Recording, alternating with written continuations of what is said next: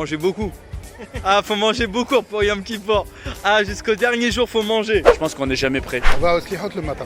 C'est déjà les 40 jours de Slichot. Donner des staka, augmenter la staka. Je ne suis peut-être pas assez religieux pour qu'il y ait une préparation. Pour arriver à Yom Kippour, d'abord, il faut se nettoyer soi-même. De demander pardon. De se renforcer pendant ce mois-ci pour arriver prêt à Kippour. Beaucoup de remises en question. Je fais une préparation mentale. Penser à ce qu'on a fait cette année, l'année dernière, et réparer les choses, voir ce qu'on peut améliorer. Tous les jours, j'essaie de me rapprocher de plus en plus vers la Torah. Faire plus de mitzvot, faire les mitzvot avec plus de cœur. Je dis le livre du Rav Kook, Rotat Tshuva.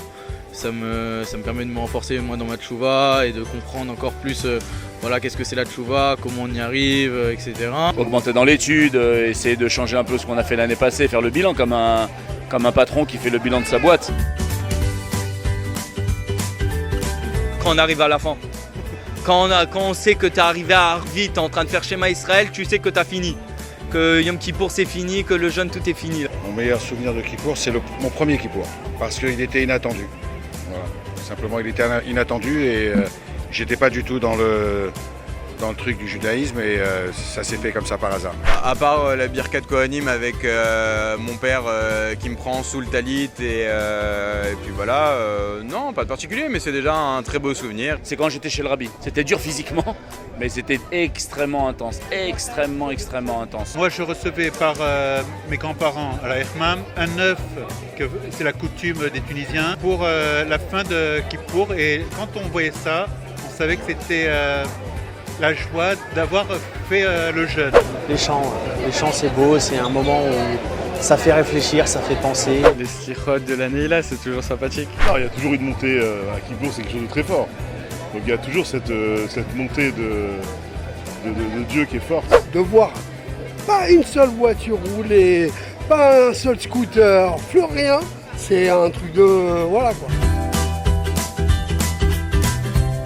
Tu connais quand tu vas au mikvé, tu ressors et t'es pur, tu te sens pur. Kippour c'est exactement pareil, tu ressors, mais c'est pareil pour les fautes. C'est un moment important, on tourne la page et on passe à autre chose, et c'est des choses fortes.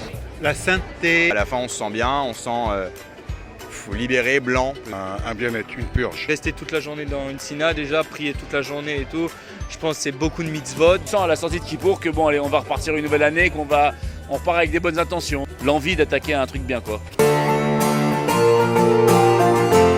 Moraï Verabotaï. Alors écoutez, Yom Kippour, c'est le jour du grand pardon. Maintenant, comment fait-on pour être pardonné devant Hachem d'après toutes les fautes que nous avons faites toute l'année?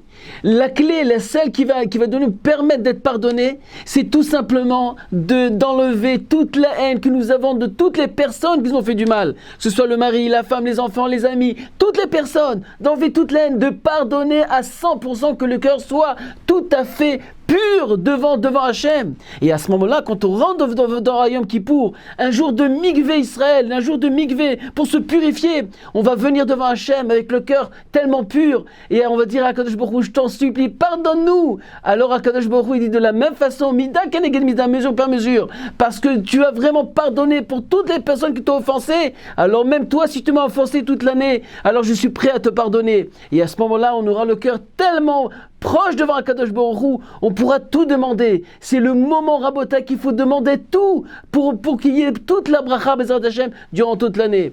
Bezrat Hashem, alors je vous souhaite une grande Hatzlacha et Shana Tova pour tout Am Israël. Les éditions Torah Box, c'est des dizaines et des dizaines de livres pour les petits comme les plus grands, sur tous les sujets de la vie juive et abordés de manière accessible à tous.